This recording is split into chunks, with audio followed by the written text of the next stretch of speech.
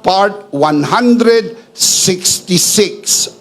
Today we're going to continue our discussion in our series In Christ Realities Part 13. Today we're going to talk about redeem from the curse. Manalangin po muna tayo. Let us commit this first to the Lord. Our dearest Father in heaven, we thank you so much for how you have gathered us today. Thank you so much for these beautiful people who came here today to worship you, to honor you, and to receive your word. Thank you so much for the wonderful time of praise and worship. Thank you so much for the beautiful people who are joining us today via online. We commit to you this time. We commit to you this learning time, and it is our prayer that everything that will be said and done only for your glory and for the blessing of everyone. This we pray, Father, only in the name of your Son, our Lord and Savior, Jesus Christ, by the power of the Holy Spirit. And everybody would just simply say, Amen. Palakpakan si Lord. Amen. Praise God. Praise God. Ito po ang ika-12 linggo sa pagbagtas po natin sa serye na ito. Marami na rin po tayong natutunan. Marami na rin pong namakat ng mga katotohanan sa ating kaisipan. In this series, we learn that in Christ, I am perfectly loved by God. We also learn that in Christ, I am completely forgiven. I am righteous and holy like God. We learn that in Christ, I am a child of God. I am a new person inside. I am blessed and highly favored. I am charito. Also, we learn in this series that in Christ, I am rich and godly. Not just rich, but also godly. We learned in this series that in Christ, I am healed and healthy. I am anointed to serve. I am an ambassador of Christ. Also, we learned that in Christ, I am divinely protected. And just recently, we learned that in Christ, I am inseparable from God. We need to move on. We need to add one more reality today. We're going to talk about redeem from the curse. So we can say that in Christ, I am redeemed from the curse. Ano po bang ibig sabihin na tayo po'y tinubos na sa sumpa? I want to share with you two insights today. The explanation and the life application of being redeemed from the curse. Let's begin. Let's talk about the explanation. Ano po bang ibig sabihin na tayo po'y tinubos na sa sumpa? Redemption, and it is important to understand, number one, we need to understand the curse of the law explained. Ipapaliwanag muna natin kung anong ibig sabihin ng sumpa ng kautusan. Mayroon bang sumpa ang kautusan? At kung mayroon, ano po ito? Galatians chapter 3, verse 13. The Apostle Paul writes, Christ redeemed us from the curse of the law. Now right there, you can read word for word. Again, Christ redeemed us from the curse of the law by becoming a curse for us, for it is written, cursed is everyone who is hanged on a tree. The first question we need to ask is this: what is the curse of the law? The answer is the punishment of disobeying the law. Ibinigay ang kautusan. At kapag hindi po nasunod ang kautusan, merong kaakibat na parusa. Yung parusa na yon, ang tawag po ay sumpa ng kautusan. The law, which was given through Moses, revealed God's righteous standard. Meron pong pamantayan ang Diyos, at ang pamantayan na ibinigay niya sa pamagitan ng kautusan. Nga lang, hindi ho naintindihan ng mga tao kung bakit ibinigay ang kautusan. Ginawa ng mga tao sa pamagitan ng relihiyon na ang kaligtasan ay makukuha sa kautusan. Ginawang salbabida ang kautusan. Di umano ayon sa relihiyon, sundin mo ang kautusan at ikaw ay maliligtas. Sa bagsak nating kalagayan bilang makasalanan, wala tayong kapasidad sundin ang kautusan. Kaya wala tayong pag-asang maligtas kung ang paraan ng kaligtasan ay ang kautusan. Hindi po ibinigay ng Diyos ang kautusan upang maging paraan ng kaligtasan. Ipinaliwanag ni Santiago sa kanyang sulat na ang kautusan ay katulad ng salamin. Kapag tumingin ka sa salamin, makikita mo ang iyong mukha. Ang kautusan ay katulad ng salamin. Kapag tumingin ka sa salamin, sa pamagitan ng kautusan, makikita mo ang bagsak mong kalagayan. Makikita mo yung sinfulness and hopelessness and helplessness to keep the standard of God. Yun talaga ang layunin ng kautusan. Kaya ho ibinigay ang kautusan para dalhin tayo sa bagsak nating kalagayan at tayo'y tumawag ng awa sa Diyos. At nagpadala ang Diyos ng awa sa pamagitan ni Hesukristo na ating Panginoon, ang paraan ng kaligtasan. Sa bagsak na kalagayan ng tao, hindi natin masusunod ang kautusan. Anong nakaamba sa atin? Ang nakaamba sa atin ay parusa. Hindi ho ba kayo nagtataka nang ibigay ang kautusan, ipinasok din po ang sacrificial system? Sapagkat kung ipatutupad ng Diyos ang kautusan, wala hong matitirang taong buhay sa balat ng lupa, sapagkat lahat ng sumusuway sa kautusan ay parurusahan at ang kabayaran ng kasalanan ay kamatayan. Kaya ho'y binigay ang sacrificial system para maging band-aid, pansamantalang lunas, habang hinihintay natin ang tunay na lunas na magaganap sa krus ng Kalbaryo. Sa tuwing magkakasala ang tao, naghahandog po siya ng handog sa ibabaw ng dambana upang pansamantalang matakpan ang kasalanan ng tao. Ito'y pansamantala lamang habang inihintay natin ang kordero ng Diyos na siyang mag-aalis ng kasalanan ng buong mundo. Hindi na po tayo naghihintay sa ating panahon. Dumating na ang kordero ng Diyos at nag-alis ng kasalanan ng buong sangkatauhan. Shout amen. John the Baptist said, "Behold the Lamb of God which takes away the sin of the world." Ang alisin ng kasalanan ay kaisipang hindi po naiintindihan ng mga taong nabuhay sa lumang kasunduan. Dahil ang kasalanan sa panahon po nila ay hindi po inaalis. Tinatakpan lamang pansamantala ng dugo ng hayop. Kaya ho ang salitang atonement, ang Hebrew word kapar, which means covering. Ang pansamantalang lunas na kayang ibigay ng dugo ng hayop ay takman ang kasalanan upang hindi ho sumabog ang galit ng Diyos sa sangkatauhan, nang sa gayon mayroon pa ring matirang tao na magdadala ng binhi upang maisilang ang tagapagligtas upang ang sangkatauhan ay maligtas. Salamat dahil ang lahat ng ito'y nagkaroon ng katuparan nang si Jesus ay pinanganak sa sabsaban ng Bethlehem at namatay sa krus ng Kalbaryo alang-alang sa atin. Shout amen. Ang pamantayan ng Diyos ay mataas. Hindi pwedeng ibaba ang pamantayan ng Diyos. Sa bagsak ng ating kalagayan, wala tayong kapasidad abutin ang kanyang pamantayan. Kaya ang tawag po sa natatanggap ng tao, sumpa ng kautusan. Pag sinuway mo ang kautusan, merong kaakibat na sumpa. Galatians chapter 3 verse 10. All who rely on observing the law are under curse. For it is written, cursed is everyone who does not continue to do everything. Everything written in the book of the law. Hindi mo po pwedeng partial obedience. You have to keep the law fully and completely. Hindi po pwede sa Diyos ang pwede na. Kailangan perpekto mong masunod ang kautusan. Nakakapagtaka na maraming mga taong mas pinipili po nila ang paraan ng pagsunod sa kautusan para maging paraan ng kaligtasan, gayong aminado naman sila na hindi nila kayang masunod ang kautusan perfectly.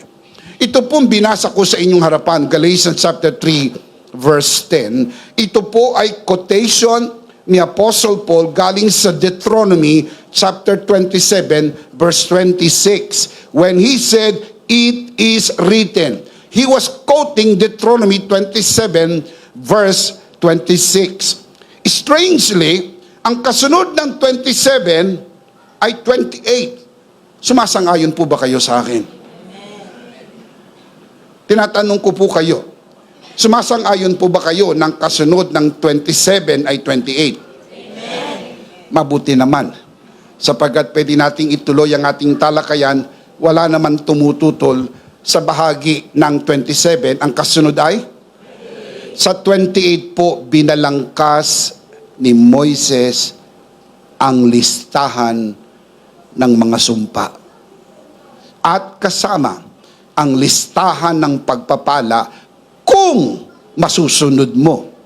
Sa bagsak nating kalagayan, hindi naman natin kayang sumunod, kaya ang inaabangan ng tao ay ang sumpa na ito'y ibinigay sa 3 kategorya. You can see this on your screen. Deuteronomy 28 outlined the curse of the law in 3 categories: poverty, sickness, and death. Deuteronomy chapter 28 verse 29 and 38, kapag ikaw ay sumuway, poverty will come from all sorts of poverty. Kapag ikaw ay sumuway, sabi po sa Deuteronomy 28:60 to 61, sickness of all kinds, lahat ng uri ng sakit. At kapag ikaw ay sumuway, Deuteronomy chapter 28 verse 45, death will come from all forms. Ibig sabihin, ito ang nakaabang. Alam niyo po ba, ang tanging dahilan para wag itong dumating sa tao, maagapan ng paghahandog ng pansamantalang handog sa ibabaw ng dambana. Alam niyo po ba kung ano ang ginawa ni Kristo sa krus ng Kalbaryo?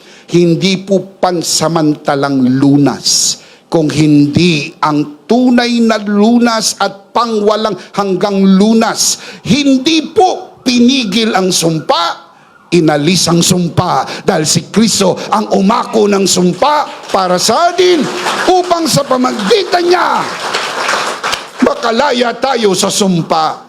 Say amen. Amen. Yan po ang explanation ng curse of the law. Ito po yung sumpa na dumadating sa tao sa pagsuway. Kaya meron pong kahirapan, kaya mayroong karamdaman, at mayroong kamatayan. Number 2, not only the curse of the law, but we need to explain also, redeem from the curse of the law. Anong ibig sabihin ngayon na tayo tinubos na sa sumpa ng kautusan? Kanina nalaman natin kung anong sumpa ng kautusan. Ito po'y sumpa ng kautusan, ito'y parusa ng pagsuway. Ano naman ang ibig sabihin ng redeem from the curse of the law? This is the good news. You want to hear the good news? Here is the good news. The good news of the gospel is this: Christ has redeemed us from the curse of the law. Sa pamagitan ni Kristo, tayo po'y tinubos na sa sumpa ng kautusan. Hindi po ito pangako ng katubusan. Ito po'y realidad ng katubusan. Ibig sabihin, ang promise mangyayari pa lang. Ang reality ay totoong nangyayari. Kapag ikaw ay na kay Kristo, hindi ka po pinangakuang tutubusin ka sa kautusan at sa sumpa nito. Pag ikaw ay na kay Kristo, tinubos ka na sa sumpa ng kautusan. Redeem! Redeem! Redeem! Galatians chapter 3 verse 13, Christ redeemed us from the curse of the law. Kanina, nalaman natin ang curse of the law. Ngayon naman, sabi ni Pablo, Christ redeemed. Ito po, mga kapatid, ay nakasulat sa aorist tense, meaning done. Past tense, kumbaga sa Ingles, natubos na tayo. Nino? Ni Kristo. Ang Greek word po ng redeem ay exagorazo. Ito po ay kombinasyon ng mga salita. Ex, meaning out, Agorazo, to buy out. Agora meaning market. Pamilyar kayo sa agora? Yan po'y market. Ang ibig sabihin po ng agora ay market. Pagsamahin mo po mga kaisipan ng exagorazo, to buy out of the market.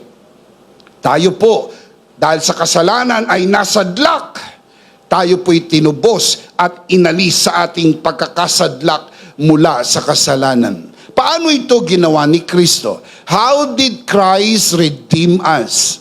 By becoming a curse for us. Si Kristo ay nagmistulang sumpa. Si Kristo ay sinumpa alang-alang sa atin. Kinuha niya yung ating sumpa. Kaya pag pinaniwalaan mo si Kristo, yung sumpa ay hindi na po dadapo sa iyo, sapagkat sinalo ito ng katawan ni Kristo. Sa krus ng Kalbaryo, inako niya ang sumpa upang sa pamagitan niya, wag nang dumating sa iyong sumpa, kundi ang pagpapala at pabor ng Diyos ang iyong maranasan. Shout amen. How did Christ redeem us? By becoming a curse for us. Deuteronomy chapter 21 verse 23. You must not leave his body on the tree overnight. Be sure to bury him the same day, because anyone who is hung on a tree is under God's curse. Jesus was hung on a tree. Jesus was hung on the cross, suspended between the heavens and the earth, crucified between two thieves. And the Bible says, anyone who is crucified, anyone who is hung on a tree is under God's curse. Nang si Kristo'y nabayubay sa krus ng Kalbaryo, inakit ng kanyang dugo ang katawan, ang sumpa, upang makaligtas tayo sa sumpa. Pamilyar po kayo sa mga superstructure na mga building, mga matataas na gusali. Napansin niyo po ba sa mga matataas na gusali ay merong lightning rod sa taas? Ang purpose po ng lightning rod ay kapag kumidlat, akuin niya ang kidlat.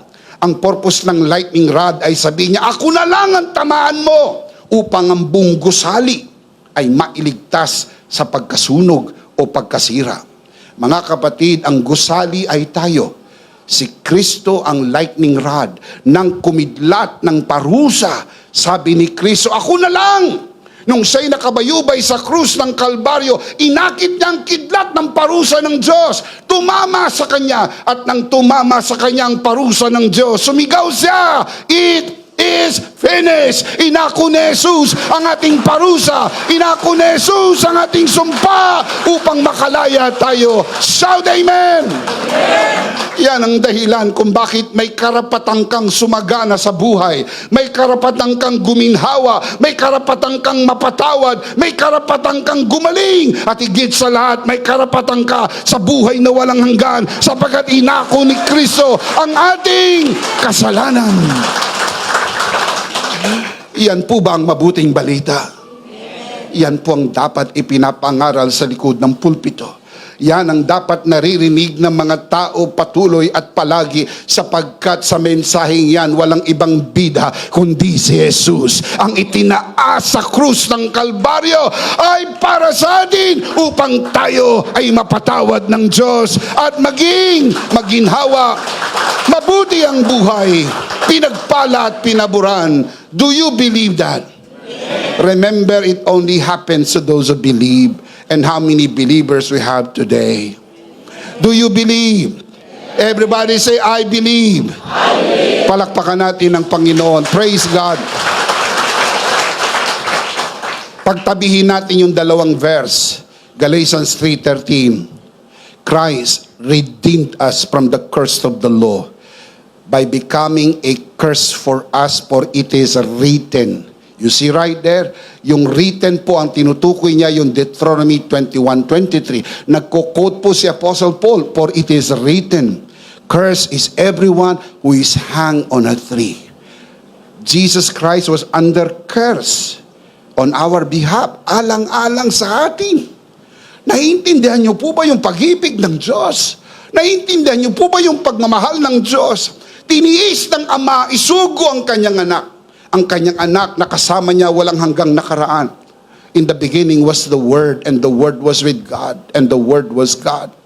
And the Word became flesh and dwelt among us. Siya po ipinanganak sa sabsaban ng Bethlehem, pinakaabang kalagayan. Nabuhay sa pinakaabang buhay, sabi sa Biblia, mas mahirap pa siya sa daga. Dahil ang daga may lungga, ang ibon may pugad, ang anak ng tao walang matulugan. Tinis niyang lahat ng ito, sapagat nasa likod tayo ng isip ng Diyos at maging ng isip ni Kristo. Matapos lang ang plano ng pagliligtas, wala ng karapatan sa iyo ang kahirapan, wala ng karapatan sa iyo ang karamdaman, wala ng karapatan sa iyo ang kasalanan, dahil ito ang katubusan. Shout amen. Christ paid the price on the cross to free us from the curse and caused by disobeying the law. Yung sumpa na dahil sa pagsuway ng kautusan ay binayaran ni Kristo. Again, Christ paid the price on the cross to free us from the curse caused by disobeying the law. Sino po ang dapat ipako sa krus? Tayo. Dahil tayo po ang masuwayin. Tayo ang dapat parusahan. Si Kristo hindi.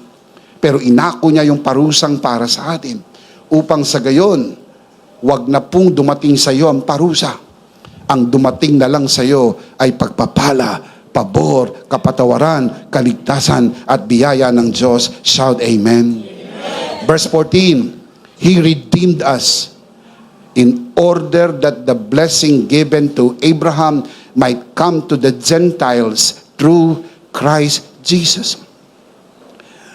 Naiintindihan po ba natin na isa sa pinakamalaking kamalian ng RD religion ay sinasabi nilang si Kristo'y naparito para lang sa mga Hudyo? Basahin niyo po, He redeemed us in order that the blessing given to Abraham might come to who? The Gentiles. We are the Gentiles. Tayo po yung mga hintil na dumating sa atin ang pagpapala ni Abraham. Ang pagpapala ni Abraham hindi po exclusive para lang sa mga Hudyo.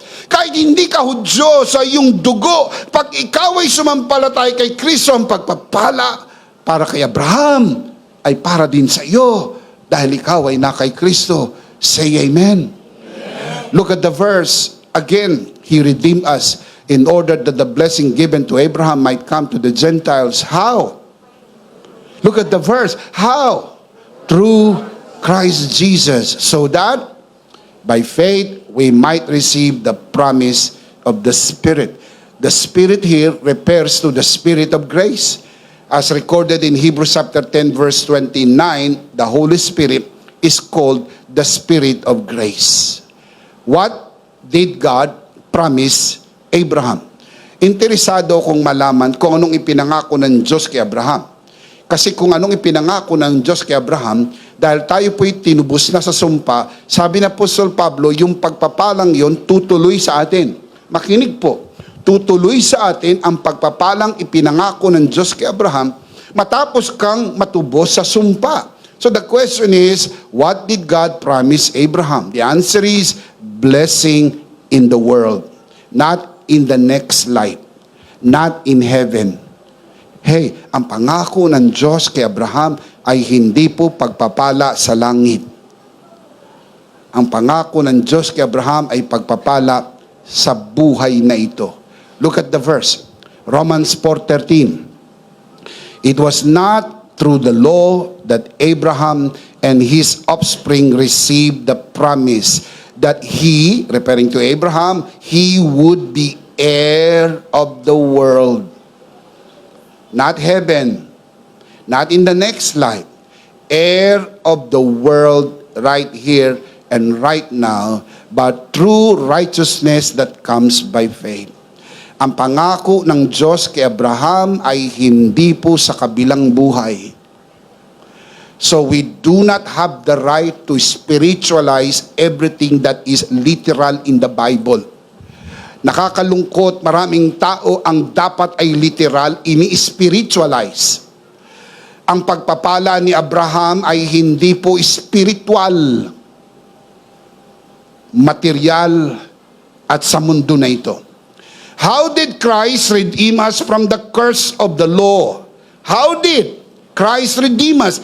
Tinatanong ko kayo, paano tayo tinubos ni Kristo mula sa sumpa ng kautusan? By becoming a curse on the cross for us. Doon po sa krus ng Kalbaryo, siya po ay nagmistulang sumpa. Dahil sabi sa Bible, lahat ng kasalanan ng buong mundo ay napasa kanya. Isaiah chapter 53 verse 6, we all like sheep gone astray. Each of us turned to its own way.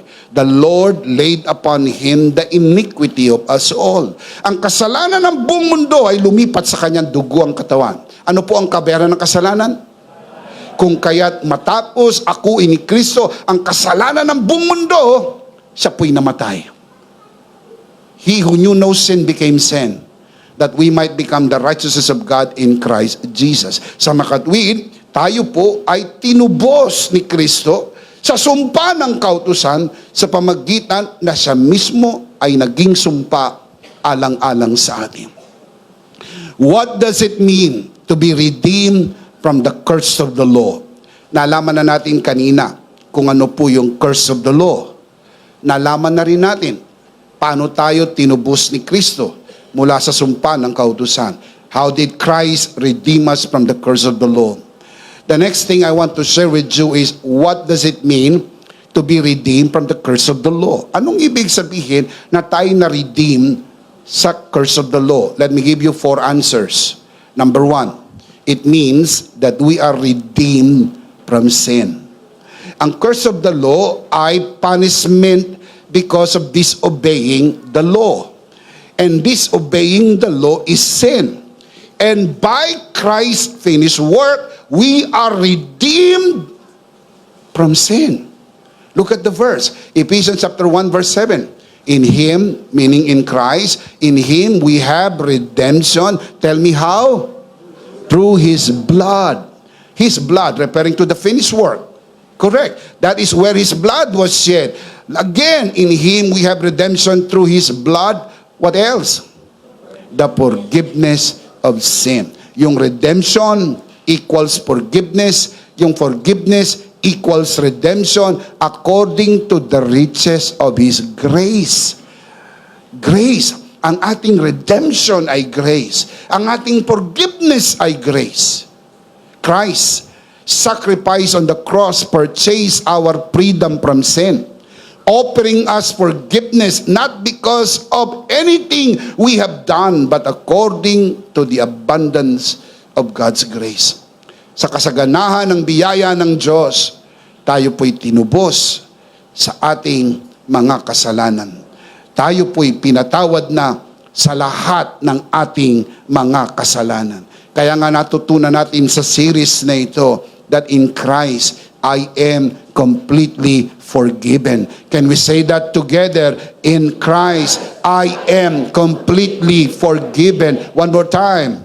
In Christ, I am completely forgiven. That is number 1, meaning redeemed from sin. Yan ang ibig sabihin, you are redeemed from the curse of the law. You are redeemed from sin. Number 2, it also means that you are redeemed from poverty. Poverty is a curse. Binanggit ko sa inyo kanina sa Deuteronomy 28, kasama po sa sumpa ang kahirapan. Hindi po gusto ng Diyos ang tao maghirap. Kaya lang mayroong paghihirap sa mundo ay sapagkat pumasok ang kasalanan. Kung ang kasalanan ay natubos na doon sa krus ng Kalbaryo, dapat po kasamang tinubos tayo mula sa anumang dala ng kasalanan, at isa sa mga dala nito ay kahirapan. Poverty. We are redeemed from the curse of poverty. Si Abraham po pinayaman ng Diyos. I'll show you the verse. Genesis chapter 13 verse 2. Abram had become very wealthy. Not just wealthy, very wealthy in livestock, in silver, and in gold. Ito po'y sinasabi ko po sa inyo na ang pangakong pagpapala ng Diyos kay Abraham ay pagpapala ng kaunlaran ng buhay. Of course, naintindihan ko na yung iba hindi naniniwala. Tumataas ang kilay, nagsasalubong ang kilay, at parang gusto mag-ahit ng kilay. At hindi sila naniniwala sa prosperity. Now listen up, hindi po tayo nagtuturo ng prosperity gospel. Iba po yun, mali po yun. Ang prosperity gospel, wala nang ibang turo kundi pera, pera, pera, pera, pera, pera, pera.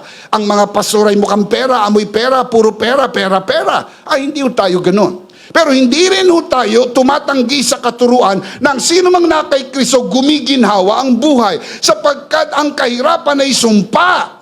Sinong gusto ng sumpa? Itaas ang kamay.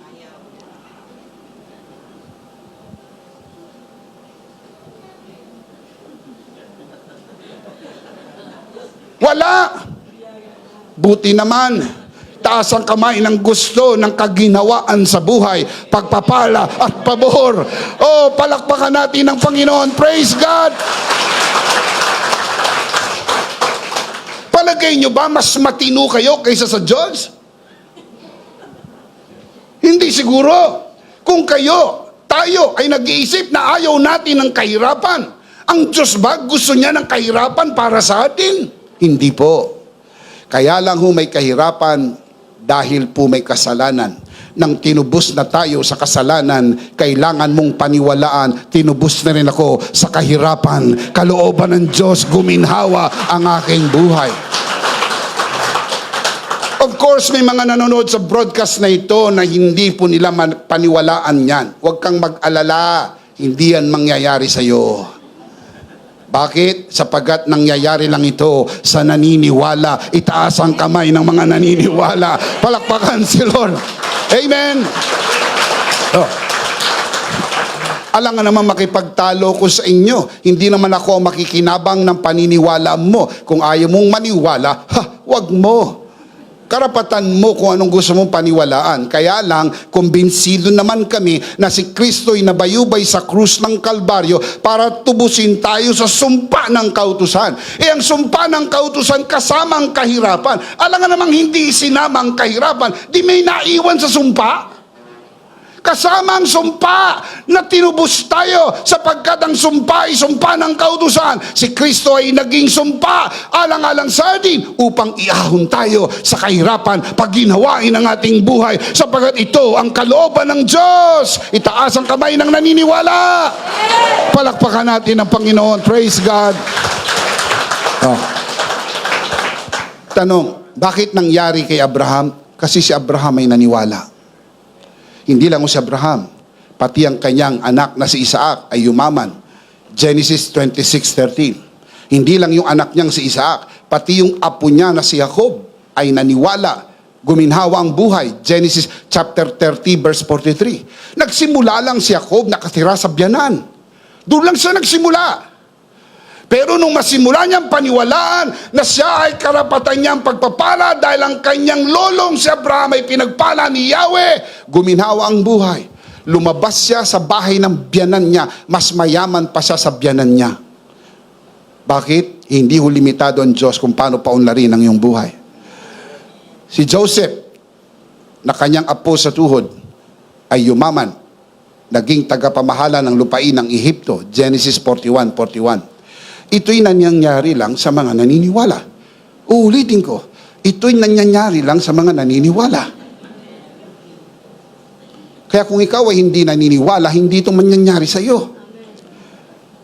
Taas ang kamay ng mga naniniwala. Gusto ko makita ang kamay ng mga naniniwala. Palakpakan natin ang Panginoon. Praise God. Amen.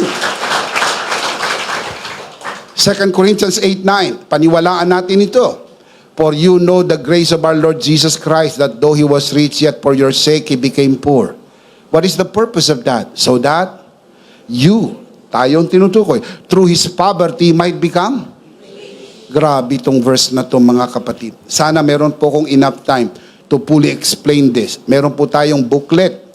Available din po sa ebook ang title, The Poverty of Christ. Pinaliwanag ko po ang verse na ito, word for word, grammatically, based on grammar, based on the original word, based on everything na pwede nating mapiga dito sa verse na ito. At ang final analysis po niyan at the end, kalooban ng Diyos, guminhawa ang ating buhay sapagkat kinuha niya ang ating kahirapan. Sobrang hirap ni Jesus. Mantakbong ipinanganak sa saba ng Bethlehem. Yung iba sa inyo, maganda ang pagkapinangakan nyo. Ang iba sa inyo, pinanganak sa lying-in ng barangay. Mas maganda pa rin yan kumpara sa kulungan ng hayop. Ang iba sa inyo ay pinanganak sa ospital. Iba sa inyo pinanganak sa St. John. Iba sa inyo pinanganak sa St. Matthew. Ang iba sa inyo sa St. Luke's. Napakamahal dyan.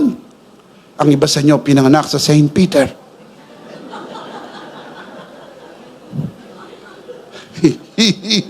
Hindi ko alam kung saan kayo pinanganak. Pero kung saan man kayo pinanganak, mas maigi ang kapanganakan ninyo kaysa kay Jesus. Magtaka na kayo, bakit? Sapagkat pinaginhawa niya na ang buhay mo.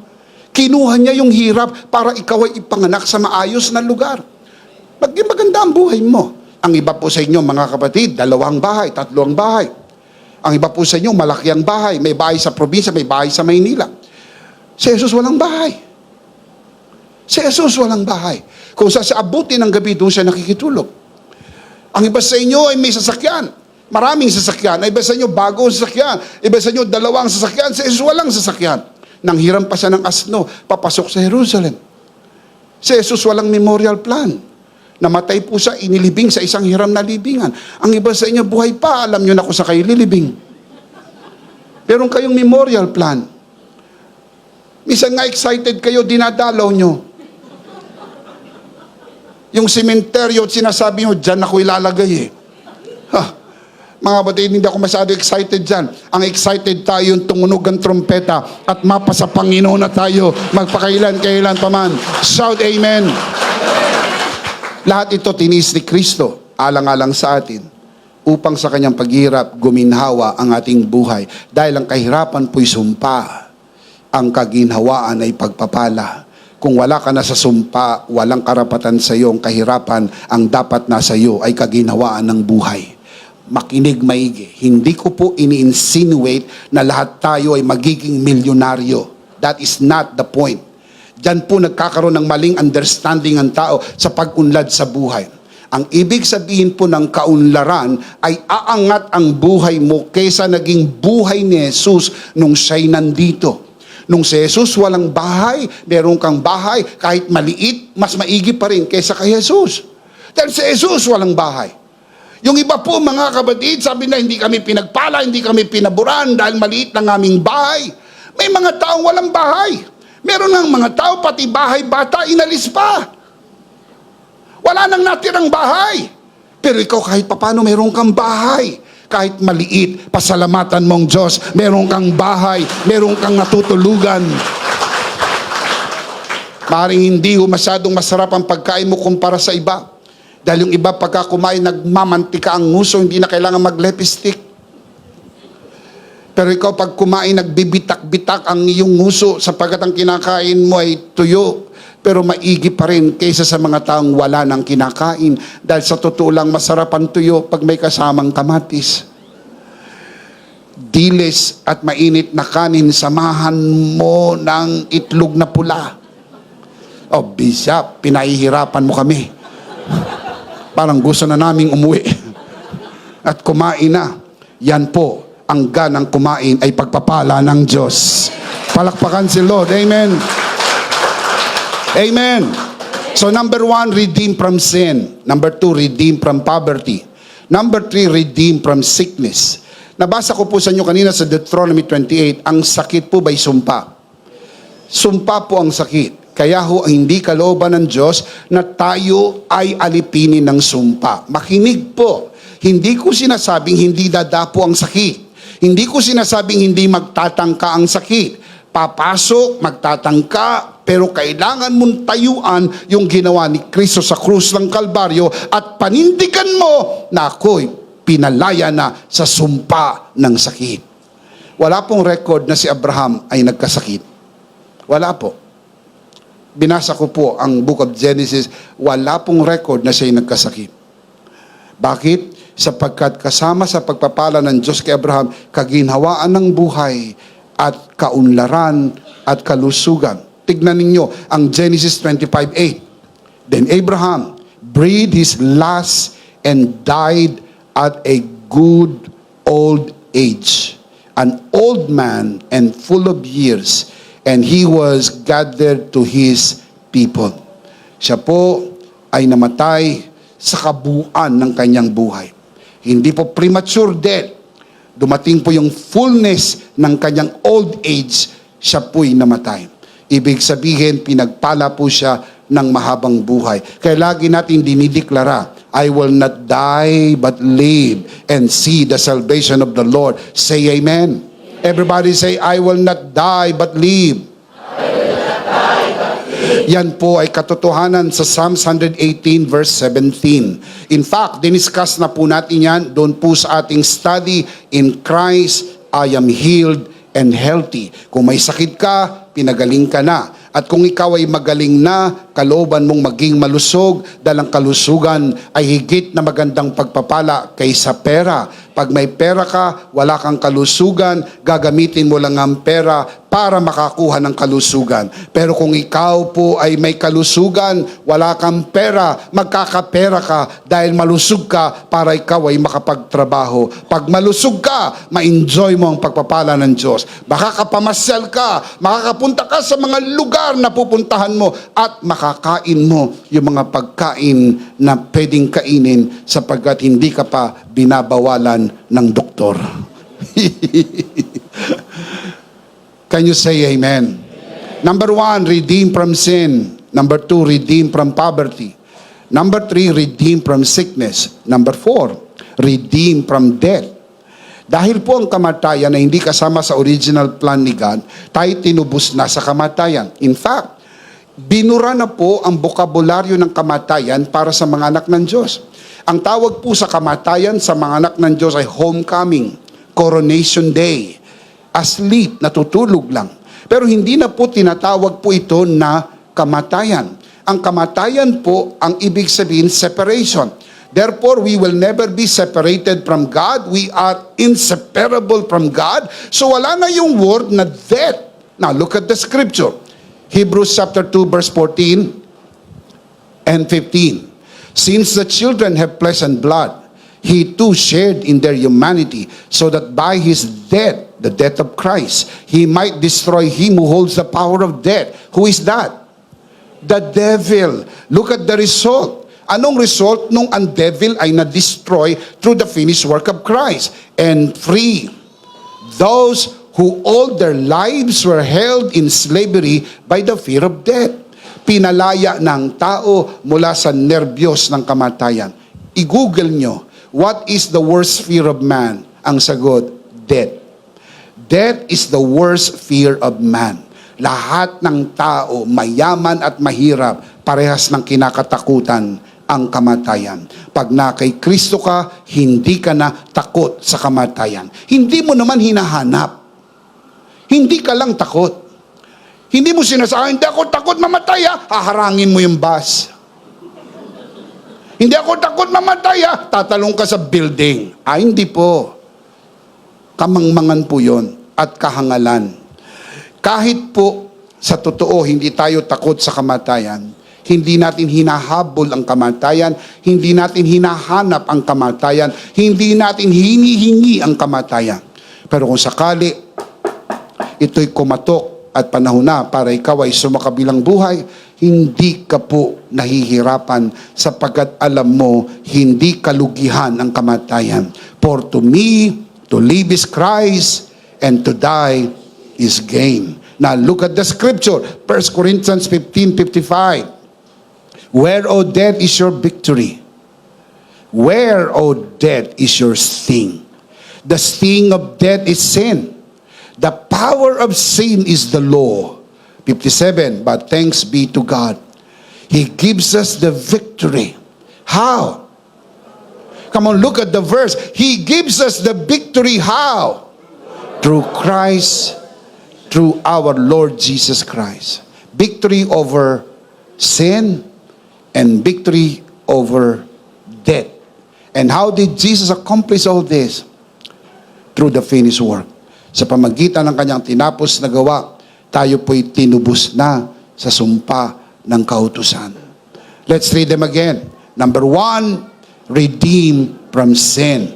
Number 2, redeem from poverty. Number 3, redeem from sickness. Number 4, redeem from death. Paniwalaan mo pag na kay Kristo ka. Ikaw ba'y na kay Kristo?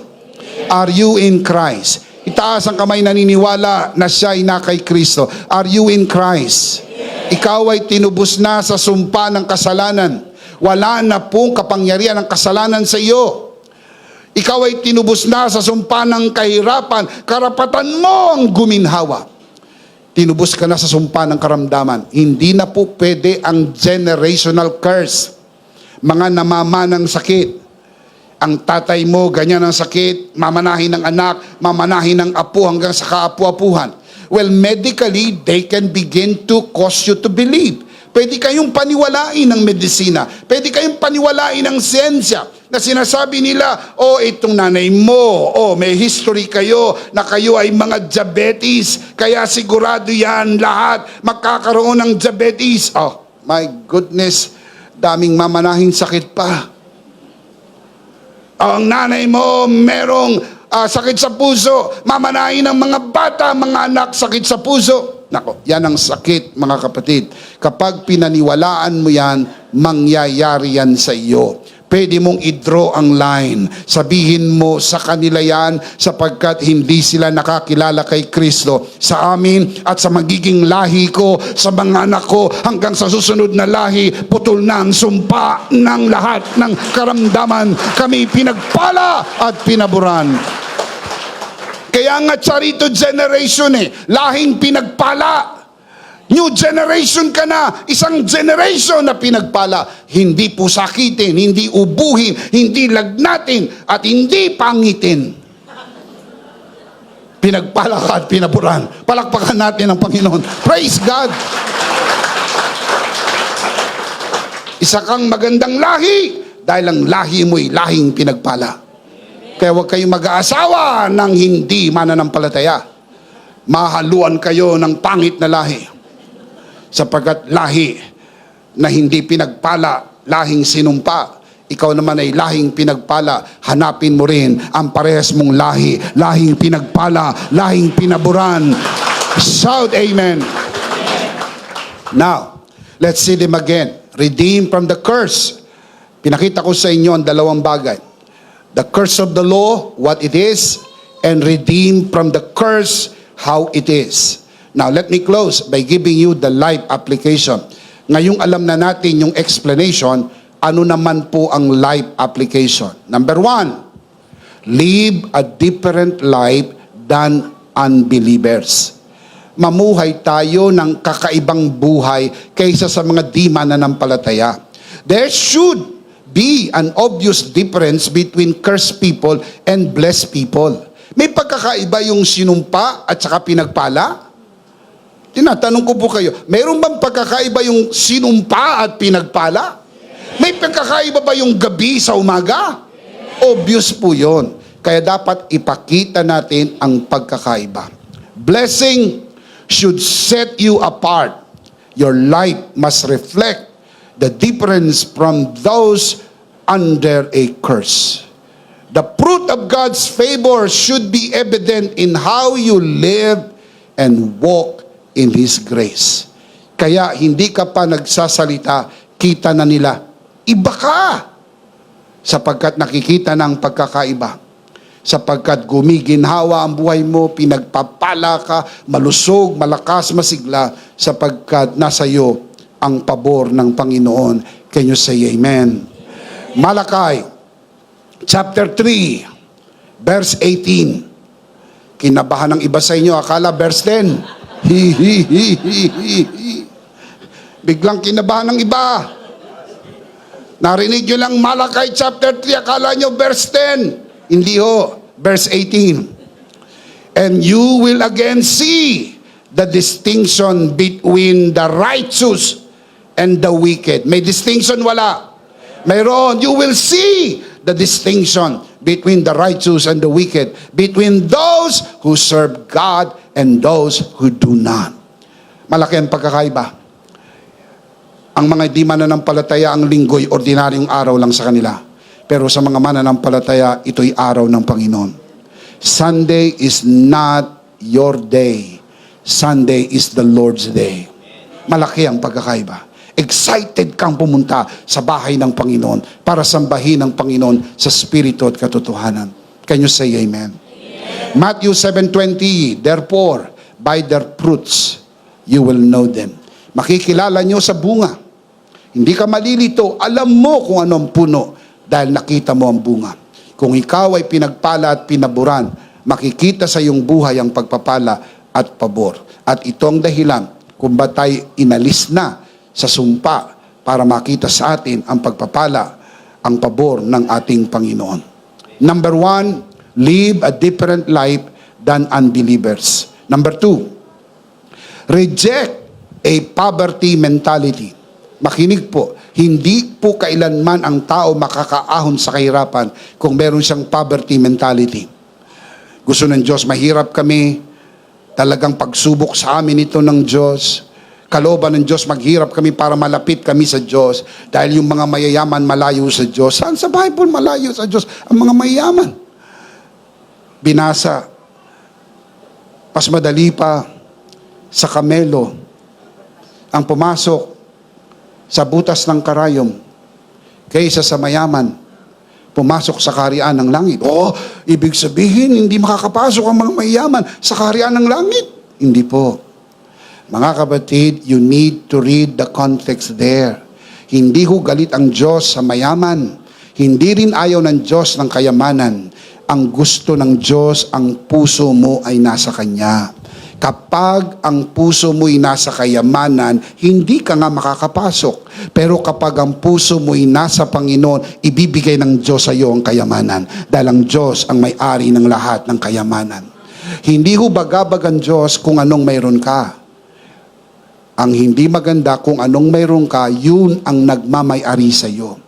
Kapag niyakap mo ang kayamanan, minahal mo ang kayamanan. Kaya sabi sa Bible, ang pag-ibig sa salapi, ugat ng kasamaan. Hindi yung salapi ang ugat ng kasamaan. Ang pag-ibig sa salapi. Yung ang isip mo puro pera. Wala ka nang inisip kundi pera, pera, pera. Paghiga mo, pera. Pagbangon mo, pera. Ang mukha mo, pera. Wala na kundi pera. Pagka tinanong ka, magkano sa akin dyan? Magkano makukuha ko dyan? Anong pakinabang ko dyan? Mga kapatid, hindi po. Kapag ikaw ay nakaintindi ng pagpapala ng Diyos, hindi ho tungkol lahat sa pera. Pero hindi rin po ibig sabihin ayaw mo ng pera. Alisin mo ang poverty mentality. Listen to this. Rejecting a poverty mentality means embracing the abundance that God provides.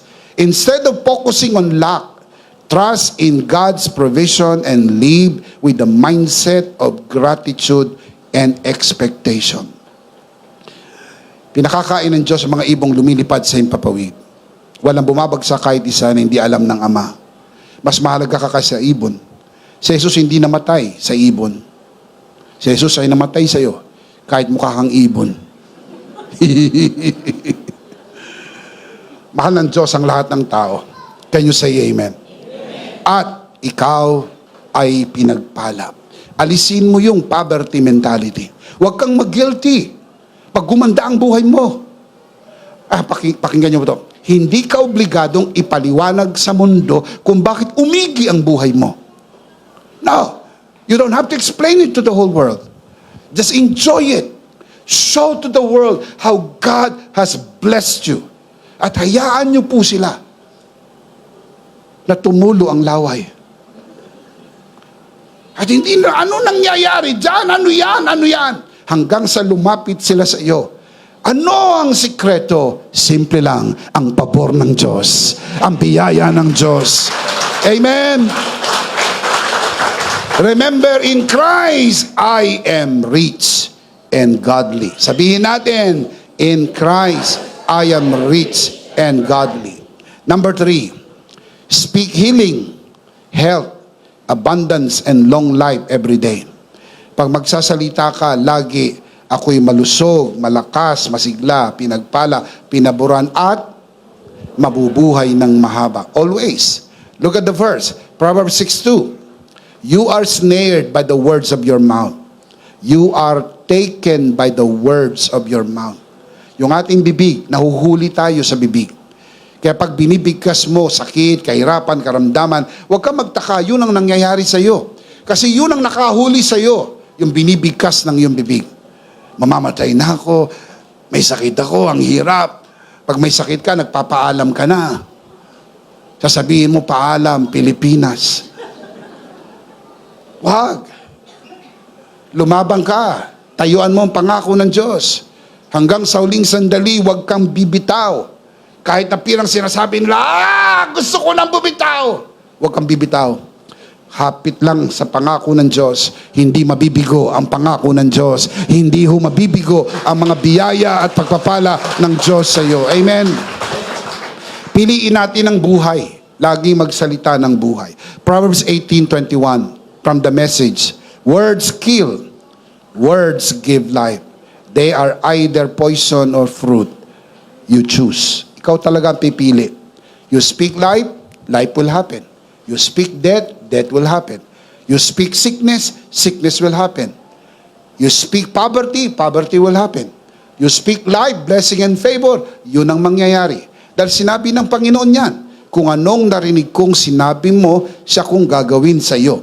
Kaya tuwing umaga, do yourself a favor. Humarap ka sa salamin at pagpalain mo ang iyong sarili sa pamagitan ng pagbigkas ng magandang bagay. Sabihin mo sa iyong sarili, ikaw ay pinagpala, pinaburan, malusog, malakas, masigla, mabubuhay ng mahaba, araw-araw. Pagising mo sa umaga, sabihin mo, hindi ngayon. I will not die today. You speak life, I will not die today. Bago ka matulog, sabihin mo, I will not die tonight. Bukas ulit paggising mo, not today. Bago matulog, not tonight. Baka ka not today mo, nakaka-not tonight mo, magagalit, abutin ka na ng second coming sapagkat dinideklara mo ang pagpapala at pabor ng Diyos sa buhay mo. Amen. Let's see them again.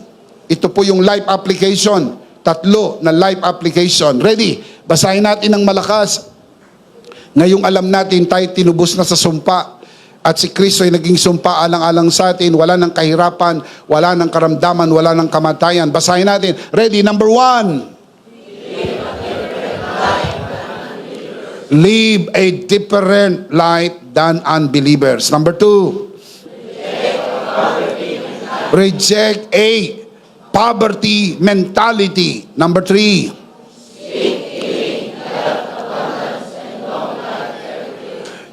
Speak health, abundance, and long life every day.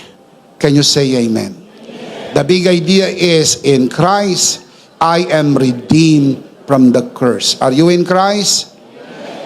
Redeemed ka na sa curse. Curse of poverty, curse of sickness, and curse of death. Because Jesus became curse for us, so that we can be redeemed from the curse of the law and we can enjoy the blessing and the favor of God. Can you say amen? Of course, we do not want to end the broadcast without giving the opportunity for those who are watching this broadcast, the opportunity to receive Jesus today and be saved. Kung nais mong mapalaya sa sumpa, si Jesus lang ang solusyon. Hindi ho relihiyon, hindi ho pastor, hindi obispo ang kailangan mo. Ang kailangan mo ay si Jesus. Dahil si Jesus ang nabayubay sa krus ng Kalbaryo, inako niya ang sumpa alang-alang sa iyo. Hindi aksidenteng napapanood mo ito. Ngayon ang araw ng kaligtasan para sa iyo. Nais mong maligtas, ngayon na ang araw ng kaligtasan. Taas natin ang ating 2 kamay. Samahan po natin ang ating mga bisita nanonood sa broadcast na ito at maging sa lahat ng narito sa loob ng bulwagan na ito. Sumunod po tayo sa panalangin ng pagtanggap. Ariin mong isang personal na panalangin kung ito'y una mo palang gagawin sa unang pagkakataon. Pero kung ikaw ay tumanggap na sa Panginoon, hihilingin ko na gawin mo ito alang-alang sa ating mga bisita sa loob ng bulwagan na ito, lalo na sa mga nanonood sa broadcast. Manalangin tayo. Panginoong Jesus, ako po'y makasalanan. Hindi ko po kayang iligtas ang aking sarili. Ako'y mapapahamak ng hiwalay sa iyo. Narinig ko po ang mabuting balita. Ako po'y naniniwala, tinatanggap kita sa aking puso bilang aking Panginoon at aking tagapagligtas. Salamat po, pinatawad mo na ang aking mga kasalanan. Isinulat mo na ang aking pangalan sa aklat ng buhay. Sa pangalan ni Jesus, Amen.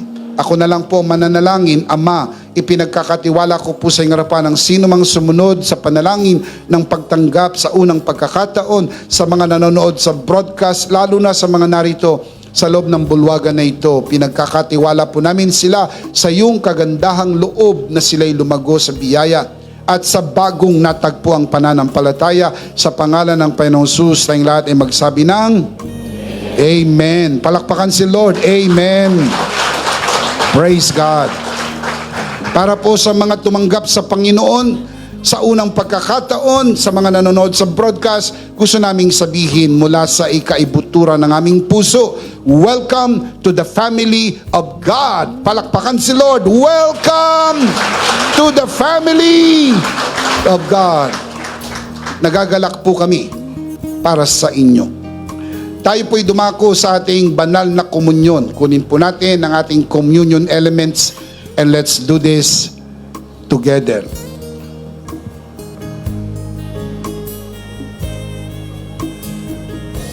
Alright, let's do this together mga kabiyaya.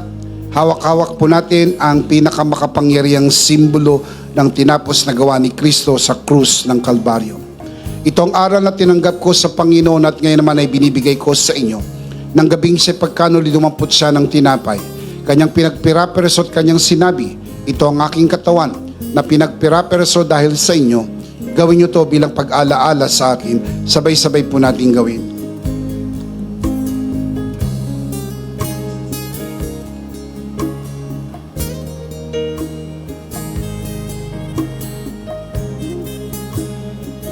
Gayun din naman matapos maghapunan ay kanyang hinawakan ng saro at kanyang sinabi, ito ang saro ng bagong tipan na pinagtibay ng aking dugo. Gawin niyo to bilang pag-alaala sa akin. Sabay-sabay po natin gawin. Ate po itaas ang ating dalawang kamay at sumunod po tayo sa panalangin na ito. Aming Ama, maraming salamat po sa aming Panginoong Hesukristo. Panginoong Hesukristo, maraming salamat po sa iyong banal na dugo na iyong itinigis sa krus ng Kalbaryo. Dahil po dito, lahat ng aming kasalanan ay iyon ang pinatawad. Maraming salamat po sa iyong katawan na nabugbog at nasugatan. Dahil po dito, lahat ng aming sakit ay iyon ang pinagaling. Gaya ng nasusulat, sa iyong mga sugat, ako'y magaling na. Ako'y naniniwala, ako'y magaling na. Aking dinideklara, ako'y magaling na. Ako'y malusog, malakas, masigla, pinagpala, pinaburan, at mabubuhay ng mahaba. Sa pangalan ni Jesus, maraming salamat po, Banal na Espiritu, sa iyong kapahayagan sa mensahe ng biyaya. Sa pangalan ng Panginoong Jesus, Amen. Amen. Palakpakan po natin ang Panginoon. Praise God. Minsan pa, ano po ang ating big idea? One more time. Are you in Christ? You are redeemed from the curse of sin, poverty, sickness, and death. And in Christ, you are blessed and highly favored. Can you say amen? Palakpakan natin ang Panginoon. Praise God. Amen. Last of all, let me speak to your heart, you who are watching this broadcast for the first time. Let me speak to your heart. If this broadcast has blessed you, and if not asking too much, I would like you to bless this ministry with your love offering so that together we can reach the world with the message of full grace. And from the bottom of our hearts here at EMI, we would like to say, thank you for giving to the Lord. We'll see you next Sunday, prayerfully on site, but definitely we'll see you again online. Ako po si Bishop Emmy, kasama po si Pastora Joe at ang kabuuan ng The Lord's Community and EMI Broadcast. Maraming salamat po. Stay a bit for more announcements. Stay blessed and stay connected. Always remember, in Christ, you are forever. Charito!